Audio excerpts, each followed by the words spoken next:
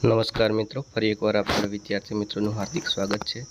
મિત્રો, આજે આપણે જોઈશું ગુજરાત પાક્ષિકના કેટલાક મહત્વપૂર્ણ કરંટ અફેર્સના પ્રશ્નો કે જે આવનાર પોલીસ કોન્સ્ટેબલની પરીક્ષા માટે તમને ખૂબ ઉપયોગી થઈ રહેશે. તો શરૂઆત કરીએ મિત્રો આજનો પ્રથમ પ્રશ્ન. પ્રથમ પ્રશ્ન છે તમારી સ્ક્રીન પર. ગુજરાત સરકારે નૈરા એનર્જી સાથે નીચેનામાંથી કયા પક્ષી અભયારણ્યના સંરક્ષણ અને પુનઃસ્થાપન પ્રોજેક્ટ માટે MOU કર્યા છે? એ માટેના ઓપ્શન આપેલા છે. એ નળ સરોવર પક્ષી અભયારણ્ય, બી થોળ પક્ષી અભયારણ્ય, સી ખીજડીયા પક્ષી અભયારણ્ય અને ડી આપેલા તમામ. તો મિત્રો, આ પ્રશ્નનો રાઈટ આન્સર રહેશે ઓપ્શન સી ખીજડીયા પક્ષી અભયારણ્ય. આગળનો પ્રશ્ન છે બીજા નંબરનો તમારી સ્ક્રીન પર.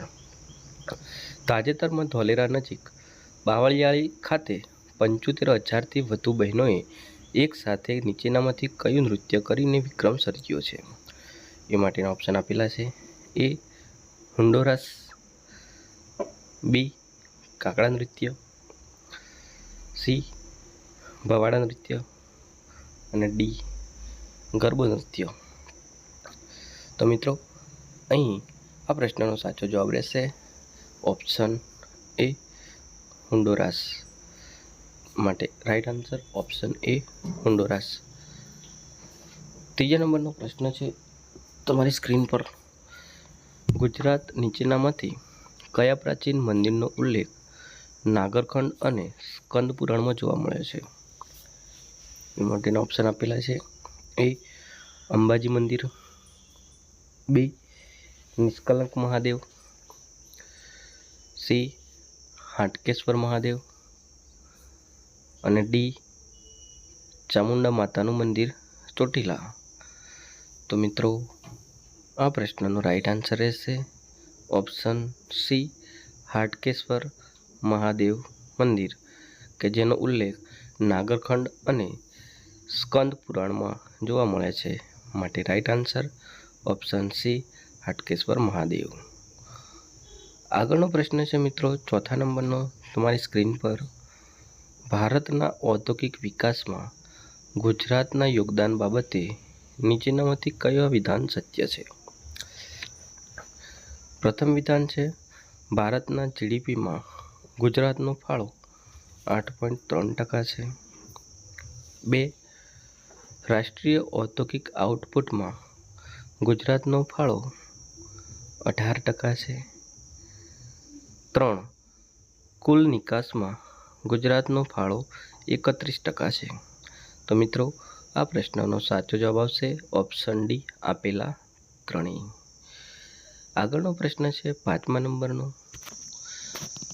ગામમાં પાણીના સમગ્ર વહીવટ 100% મહિલા સંચાલિત પાણી સમિતિ દ્વારા કરીને જળક્રાંતિ તથા વુમેન લેન્ડ ડેવલપમેન્ટનું ઉત્કૃષ્ટ ઉદાહરણ પૂરું પાડનાર ભંગારબારી ગામ કયા જિલ્લામાં આવેલ છે? એ માટેના ઓપ્શન આપેલા છે. એ કચ્છ, બી વલસાડ, સી તાપી, ડી છોટાઉદેપુર. આ પ્રશ્નનો સાચો જવાબ રહેશે ઓપ્શન બી વલસાડ. આગળનો પ્રશ્ન છે પાંચમા નંબરનો તમારી સ્ક્રીન પર. નીચેનામાંથી કયા વિધાન સત્ય છે? એ માટેના ઓપ્શન આપેલા છે. એક દેશના કુલ દરિયાઈ ઉત્પાદનમાં ગુજરાતનો ફાળો 17% છે. 2 ગુજરાતમાં કુલ મત્સ્ય ઉત્પાદન દરિયાઈ મત્સ્ય ઉત્પાદનનો ફાળો 57% છે. એ માટેના ઓપ્શન આપેલા છે.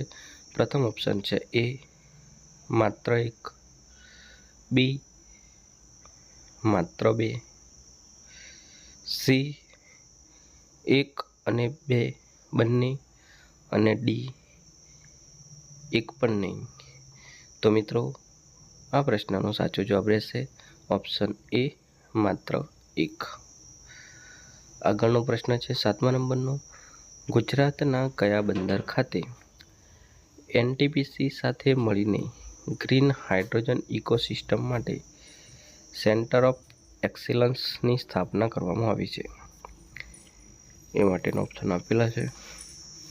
પ્રથમ ઓપ્શન છે એ મુન્દ્રા, બી કંડલા, સી પીપાવાવ અને ડી દહેજ. તો મિત્રો આ પ્રશ્નનો સાચો જવાબ રહેશે option B Kandla is right answer.